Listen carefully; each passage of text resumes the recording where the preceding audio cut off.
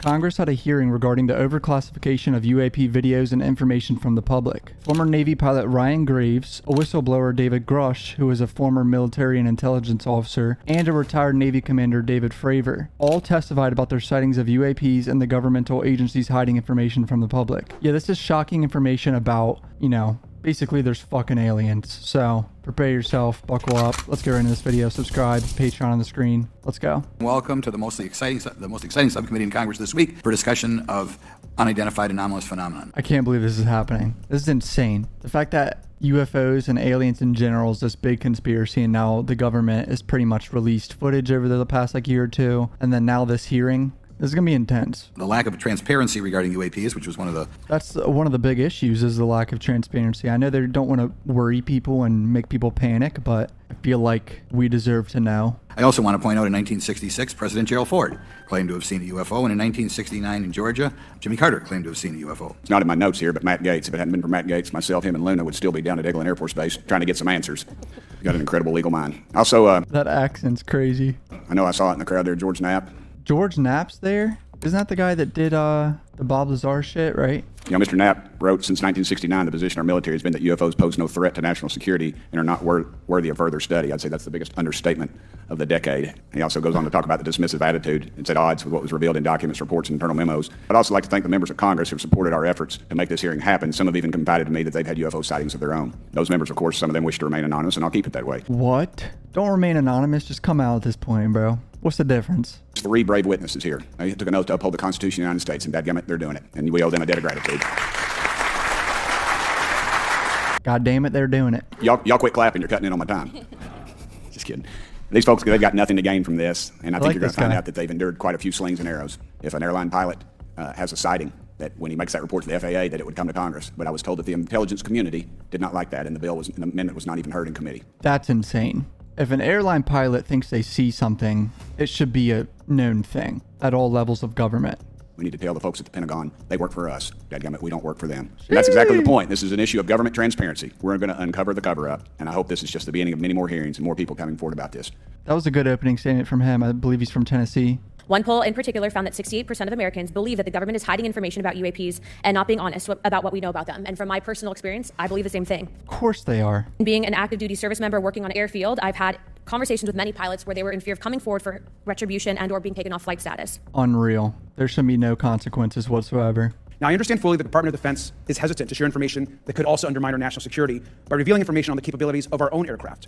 Yeah, it's a fine line they have to play with and figure out is the priority of national security versus being transparent to the public, which is a very fine line. They got to be careful and they have to figure out what they can release and not release. We have incidents where sensors, sometimes even multiple types of sensors, detect things that we cannot explain. UAPs, whatever they may be, may pose a serious threat to our military or civilian aircraft, and that must be understood.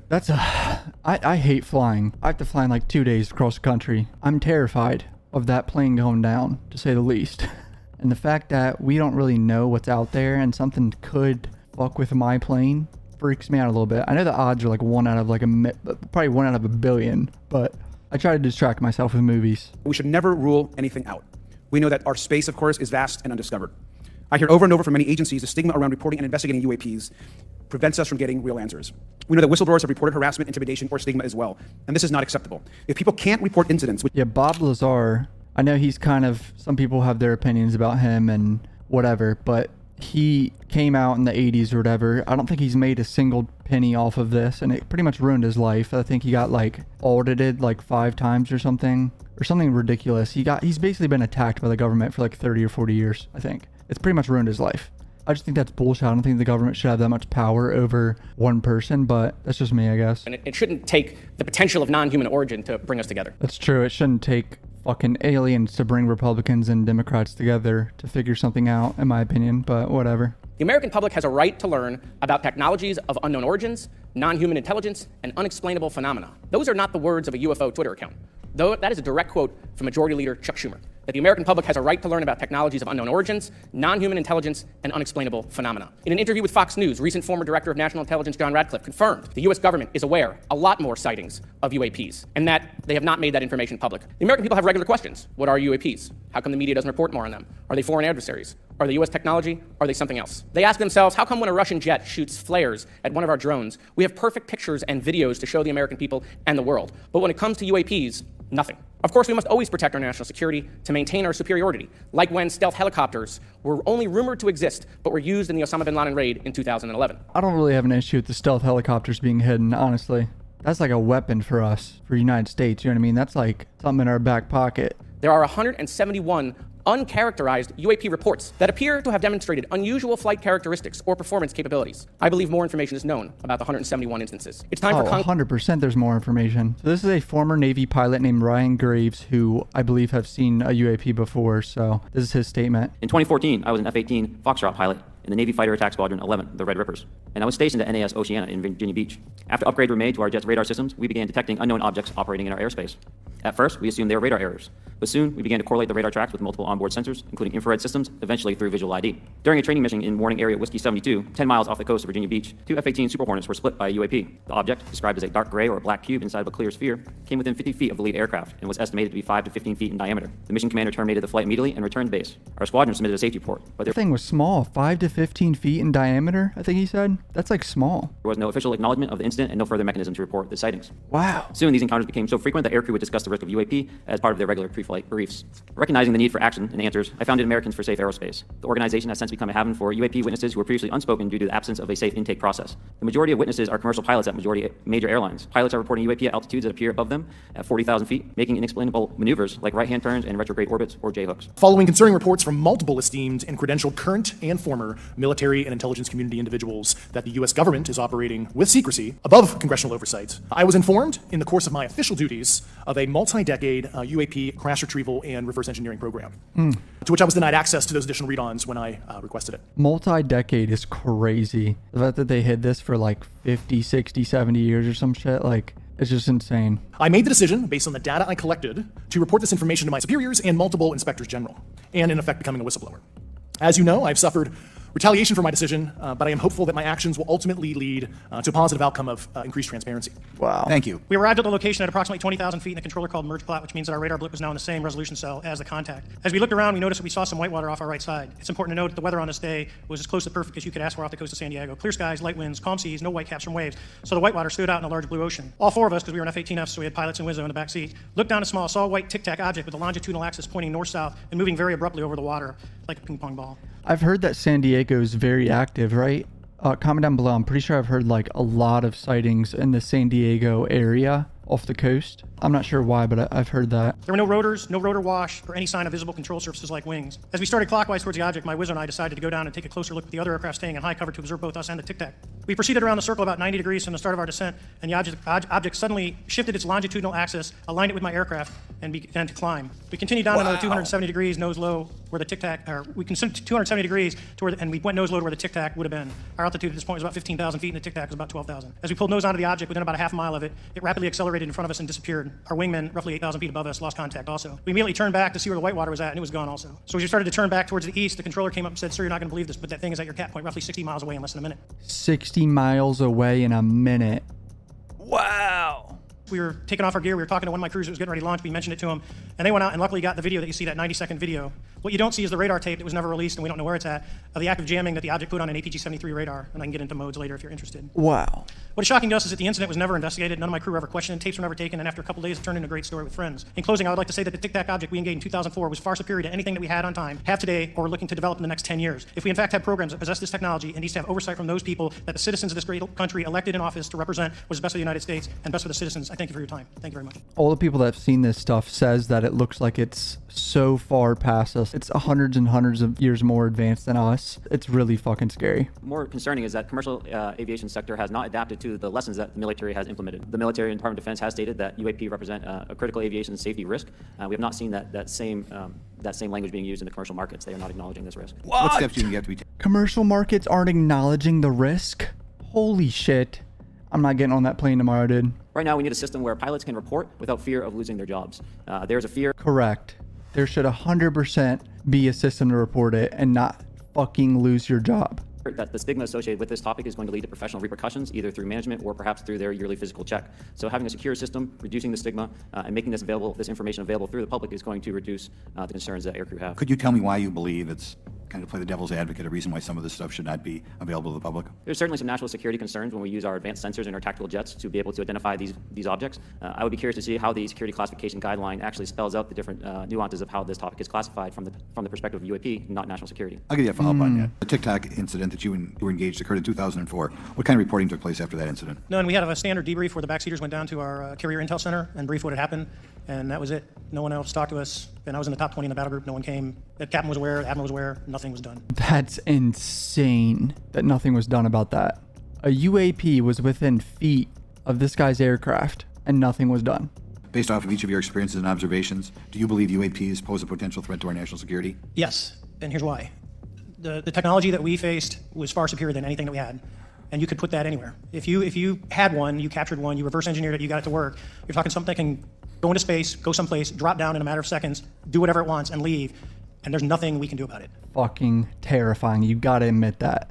There's another life form out there that is so much more advanced than us, dude. It's terrifying. I would also like to add, from a commercial aviation and military aviation perspective, we deal with uncertainty in our operating space as a matter of our professional actions. Identifying friend from foe is very important to us. And so when we have unidentified targets and we continue to ignore those due to a stigma or a fear of what it could be, that's an opening that our adversaries can take advantage of. When we were first experiencing these objects off the eastern seaboard in the 2014 to 2015 time period, anyone that had upgraded their radar systems were seeing these objects. So there was a large number of my colleagues that were detecting these objects off the eastern seaboard. They were further correlating that information with their other onboard sensors, and many of them also had their own eye sightings as well of these objects. Since then, as I've engaged this topic, others have reached out to me to share their experiences, both on the military side as well as the commercial aviation side. Commercial airlines not having a system to report a possible UAP is insane. The objects that are being seen by commercial pilots are performing maneuvers that are unexplainable due to our current understanding of our technology and our capabilities as a country. And that applies for the military as well. Yeah, I concur with that. We have nothing that can stop in midair and go the other direction, nor do we have anything that can, like in our situation, come down from space, hang out for 3 hours, and go back up. Mr. Grush, finally, do you believe that our government is in possession of UAPs? Absolutely, based on interviewing over 40 witnesses over 4 years. And where? I know the exact locations, and those locations were provided to the Inspector General, and some of which to the intelligence committees. I actually had the people with the first-hand knowledge provide a protected disclosure to the Inspector General. Our government is in possession of UAPs. Interesting, huh? How do you know that these were not our aircraft? Some of the behaviors that we saw in a working area, we would see these objects being at 0.0 Mach, that's zero airspeed, over certain pieces of the ground. So what that means, So just hovering. it's just like a river, if you throw a bobber in, it's going to float downstream. These objects were staying completely stationary in Category 4 hurricane winds. These same objects would then accelerate to supersonic speeds, 1.1, 1.2 Mach. They would do so in very erratic and quick behaviors that I don't have an explanation for. Okay. Have you spoken to commercial and military pilots that have seen these off of our East Coast? I have.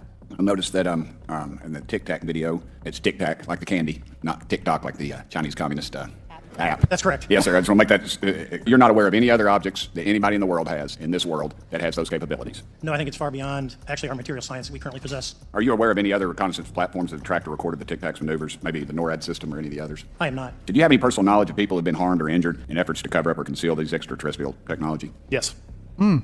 Personally. Have anyone been murdered that you would that you know of or have heard of, I guess? I have to be careful asking that question. I directed people with that knowledge to the appropriate authorities. Maybe. So yes.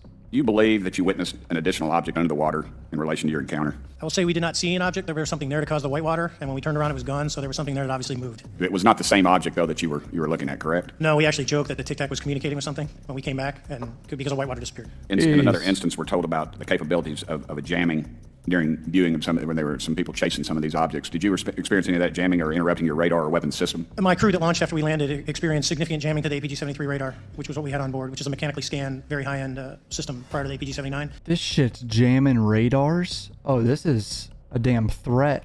What the fuck? That's so scary, dude. You've identified these as taking place on the East Coast. Is it just on the East Coast where these encounters have been reported? No, since the events initially occurred, I've learned that the objects have been detected essentially where all operations, Navy operations are being conducted across the world. All locations of Navy operations, it's been reported. We were primarily seeing dark gray or black cubes inside of a clear sphere. I'm sorry, dark gray or black cubes? Yes, inside of a clear sphere, where the apex or tips of the cube were touching the inside of that sphere. And that was primarily what was being reported when we were able to gain a visual tally of these objects. And that occurred over almost 8 years. And as far as I know, it's still What? Here's some pictures. I'm not sure which ones are accurate, but so it is like kind of like a cube.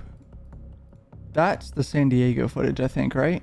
I do have knowledge of active planned reprisal activity against myself and other colleagues, and it's very, very upsetting to me. Coming from where? Certain senior leadership at previous agencies I was associated with. And that's all I'll say publicly, but I can provide more details in a closed environment. There were certain colleagues of mine that were brutally administratively attacked. How do you account for that response? That seems like a bizarre response. I call it administrative terrorism. That's their quiver, their tool in the toolbox to Jesus. silence people. You know, I'm not like a UFO fanatic. It's not me. But I will tell you that what we saw with 4 sets of eyes over a 5-minute period, we have nothing close to it. It was amazing to see. I told my buddy I wanted to fly it, but yeah, it's just an incredible technology. In the last couple of years, have you had incidences that have caused you to be in fear for your life for addressing these issues? Yes, personally. I just want everyone to note that he's coming forward in fear of his life. To put in perspective, if they were really not scared about this information coming out, why would someone be intimidated like that? That's facts. Can you please explain to me in detail the event that occurred at Vandenberg Air Force Base? I have not seen what they've described. This object was estimated to be almost the size of a football field, and I have not seen anything personally that large. The size of a football field just outside of LA over the water. Fuck you, dude. This shit's terrifying. Think about how big a football field is. Commercial airline pilots, are they receiving cease and desist letters from corporations for coming forward with information in regards to safety for potential airline passengers? I have been made privy to conversations with commercial aviators who have received cease and desist orders. They're getting cease and desists.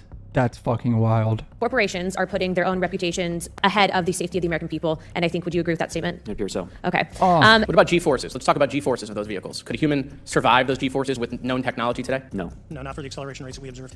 Okay. Did you see a seam or a rivet or a section? And what I mean is, obviously, the jets you're flying have all those things. Did these objects have those? So we got within a half mile of Tic Tac, which people say that's pretty far, but in airplanes, that's actually relatively close. No, it was perfectly white, smooth, no windows. Although when we did take the original FLIR video that is out there, when you put it on a big screen, it actually had 2 little objects that came out of the bottom of it. But other than that, no windows, no seams, no nothing. Do you have knowledge or do you have reason to believe that there are programs in the advanced tech space that are unsanctioned? Yes, I do. How does a program like that get funded? I will give you generalities. I can get very specific in a closed session. Misappropriation of funds. Does that mean that there is money in the budget that is said to go to a program but it doesn't and it goes to something else? Yes, I have specific knowledge of that. Yep. Oh, that's so fucked. They're putting money in other shit when they say it's going somewhere else. I'm sure this has happened for the beginning of our country with taxes in general, but damn. U.S. corporations are overcharging for certain tech they're selling to the U.S. government, and that additional money is going to programs? Correct, through something called IRAD. We have satellites all over the place, some that we're aware of and many that we're not aware of, right? Do you have direct knowledge, or have you talked to people with direct knowledge that there are satellite imagery of these events? I personally reviewed both what we call overhead collection and from other strategic and tactical platforms that were I could not even explain prosaically. And I have a degree in physics, by the way, as well. I'm aware that you guys have not seen these reports, unfortunately, and I don't know why. Do you have direct knowledge, or have you spoken to people with direct knowledge that this imagery applies to crash sites, crash imagery? I can't discuss that in an open session. Okay. Do you have any information that the U.S. government is involved in a disinformation campaign to deny the existence of certain UAPs? I can't go beyond what I've already stated publicly in my News Nation interview because it touches other sensitivities. Okay, I'll yield the balance of my time. Do you believe that military pilots feeling empowered to share their UAP experiences has directly impacted the scientific community's research goals on this topic? I would say yes. I would say that, starting in 2017, when it actually came out, it took that stigma away. I mean, I've talked to multiple senators who said prior to that, if you'd have mentioned UAP, you'd have been laughed off the hill. And now we're sitting here today for a public testimony on what's actually going on. I'm hoping that this curve will be more of an exponential and we'll get more and more transparent to the level that we can. Yeah, the stigma about UAPs in general, when it comes to talking about that in government, was way worse like 10 years ago, obviously. We audit the Pentagon every year, and I've been here 5 years, and they fail the dadgum thing every year. They lose over $1 billion a year, we think, and I've told the Department of Defense maybe 60% of their assets are unaccounted for, whatever the heck that means. In the public sector, you go to jail for that kind of crap. So tell me. I don't know the specific metrics towards the end of your question. The specific corporations I did provide to the committees in specific divisions, and I spent 11 and a half hours with both Intel committees. At one point you had said that there has been harmful activity or aggressive activity. Has any of the activity I feel like this might get intense right here. been aggressive, been hostile in your reports? I know of multiple colleagues of mine that got physically injured. By UAPs or by people within the federal government? Both. Okay, so there has been Both UAPs did this too? I thought it was just the government. activity by alien or non-human technology and or beings that has caused harm to humans. I can't get into the specifics in an open environment, but at least the activity that I personally witnessed, and I have to be very careful here, what I personally witnessed myself and my wife was very disturbing. What? Okay. You've said that the U.S. has intact spacecraft. You said that the government has alien bodies or alien species. Have you seen the spacecraft? I have to be careful to describe what I've seen firsthand and not in this environment, but I could answer that question behind closed doors. And have you seen any of the bodies? That's something I've not a witness myself. My view has been that we are billions of light years away from any other system. The concept that an alien species that's technologically advanced enough to travel billions of light years gets here and somehow is incompetent enough to not survive Earth or crashes is something that I find a little bit far-fetched. And with that being said, you have mentioned that there's interdimensional potential. Could you expound on that? I'll get to answer your first question, and I'm here as a fact witness and expert, but I will give you a theoretical framework, at least to work off, to kind of espouse crashes. He basically just said that he finds it hard to believe that if they can travel this far, how are they crashing on our Earth? Like, it makes no sense for them to crash when they can travel this far. But he's saying there's interdimensional ways to get here, maybe. Planes crash, cars crash, n number of sorties, however high, a small percentage are going to end in mission failure, if you will, as we say in the Air Force. And then in terms of multidimensionality, that kind of thing, the framework that I'm familiar with, for example, is something called the holographic principle. It derives itself from general relativity and quantum mechanics, and that is, if you want to imagine a 3D object such as yourself casting a shadow onto a 2D surface, that's the holographic principle. So you can be projected, quasi-projected from higher dimensional space to lower dimensional. It's a scientific trope that you can actually cross, literally, as far as I understand, but there's probably guys with PhDs that we can probably argue about that. But you have not seen any documentation that that's what's occurring. Only a theoretical framework discussion. Would it be safe to say that there could be a scenario today where you have an aircraft that crashes and because it's been involved in one program from one federal agency, but the agency that retrieves it is not aware of that program, and to them it appears alien in origin? I mean, that's a hypothetical situation. I'm not aware of any historical situation that would match that. Wow. Several months ago, my office received a protected disclosure from Eglin Air Force Base indicating that there was a UAP incident that required my attention. We asked to see any of the evidence that had been taken by flight crew in this endeavor, and we did meet with one member of the flight crew who took the image. The image was of something that I am not able to attach to any human capability, either from the United States or from any of our adversaries. And when he showed us the photo that he'd taken, I asked why the video wasn't engaged, why we didn't have a FLIR system that worked. Here's what he said. They were out on a test mission that day over the Gulf of Mexico. And when you're on a test mission, you're supposed to have clear airspace. Not supposed to be anything that shows up. And they saw a sequence of 4 craft in a clear diamond formation for which there is a radar sequence that I alone have observed in the United States Congress. One of the pilots goes to check out that diamond formation and sees a large floating, what I can only describe as an orb. Again, like I said, not of any human capability that I'm aware of. And when he approached, he said that his radar went down. He said that his FLIR system malfunctioned and that he had to manually take this image from one of the lenses, and it was not automated in collection as you would typically see in a test mission. How should we think about the fact that this craft that was approached by our pilot had the capability of disarming a number of the sensor and collection systems on that craft? Well, I think this goes to that national security side. You can go back through history of things showing up at certain areas and disabling our capabilities, which is disheartening. And for us, I mean, like I said, it completely disabled the radar on the aircraft when it tried to do it, and the only way we could see it is passively, which is how we got that image. So I think that's a concern on what are these doing, not only how they operate, but their capabilities inside to do things like this. It was stated explicitly to me by these test pilots that if you have a UAP experience, the best thing you can do for your career is forget it and not tell anyone. Because any type of reporting, either above the surface or below the surface, does have a perceived consequence to these people, and that is a culture we must change if we want to get to the truth. That's so bad. I can't believe that's a thing. Many dismiss UAP reports as classified weapons testing by our own government, but in your experience as a pilot, does our government typically test advanced weapon systems right next to multi-million-dollar jets without informing our pilots? No, we have test ranges for that. It took over 15 years for your encounter with the Tic Tac to be declassified. Do you feel there was a good reason to prevent lawmakers from having access to this footage? No, I just think it was ignored when it happened, and it just sat somewhere in a file. Never got reported. It happens a lot up here. Shocker. Based on your experience and extensive conversations with experts, do you believe our government has made contact with intelligent extraterrestrials? Something I can't discuss in public setting. Clearly a yes, but he's just not allowed to talk about it. If you believe we have crashed craft, stated earlier, do we have the bodies of the pilots who piloted this craft? As I've stated publicly already in my News Nation interview, biologics came with some of these recoveries. Yeah. Were they, I guess, human or non-human biologics? Non-human, and that was the assessment of people with direct knowledge on the program I talked to that are currently still in the program. Non-human. Our government is hiding aliens from us, dude. That is just ridiculous. Do you believe that your aircraft or any aircraft in possession of the United States could have shot the Tic Tac down? I'd say no. Just on the performance, it would just left in a split second. It looks like that we have a problem here that needs further investigation. Yes. This flying Tic Tac, I mean, is it capable of being the product of any other nation on the Earth? No, like I said earlier, I think it defies current material science and the ability to develop that much propulsion. And I know there's been some physicists and calculations, which is beyond anything that we have. Is there anything else about the November 14th, 2004 incident that you think is important for this committee to know that you haven't been asked here today? No, it's been said it's probably the most credible UFO sighting in history based on all the sensors that were tracking it, and then for us to get visual and to go against the naysayers that it's something on the screen or whatever. I mean, there's 4 sets of human eyeballs. We're all very credible. Of the 6 of us that were involved in the thing, including the video, every one of us is going to do 20 plus years in the military in very responsible positions. So I'd say the world needs to know that. It's not a joke. What is the most vivid, concrete sighting with the naked eye of the objects that you described before, the cube-like objects? I think the most vivid sighting of that would have been near midair that we had at the entrance to our working area. One of these objects was completely stationary at the exact entrance to our working areas, not only geographically but also at altitude. So it was right where all the jets are going, essentially on the eastern seaboard. The two aircraft flew within about 50 feet of the object, and that was a very close visual sighting. I was there when the pilot landed. He was in the ready room with all his gear on, with his mouth open, and I asked him what the problem was, and he said he almost hit one of those darn things. He said he was 50 feet away from it? Yes, sir. And his description of the object was consistent with the description you gave us before? A dark gray or a black cube inside of a clear sphere. Inside of a clear sphere? Yes. And with no self-evident propulsion system? A cube inside of a sphere with no wings, just flying around, hovering, going double the speed of sound. Yeah, that's pretty much it for this UFO hearing. It got a lot of stuff on record about these UAP sightings and the information and questions regarding what our government is holding back, and pilots being scared to report seeing a UAP should not happen ever. Scared of retaliation or, something happen with their job. So that should not exist. But yeah, I feel like the next 5 years it will get better. If you want me to keep covering these UFO hearings, if any more happen down the line, I'm sure some will happen. I'll do it. Subscribe right now. I'm on Twitter, Instagram, Patreon on the screen right now too. Love you guys. Peace out.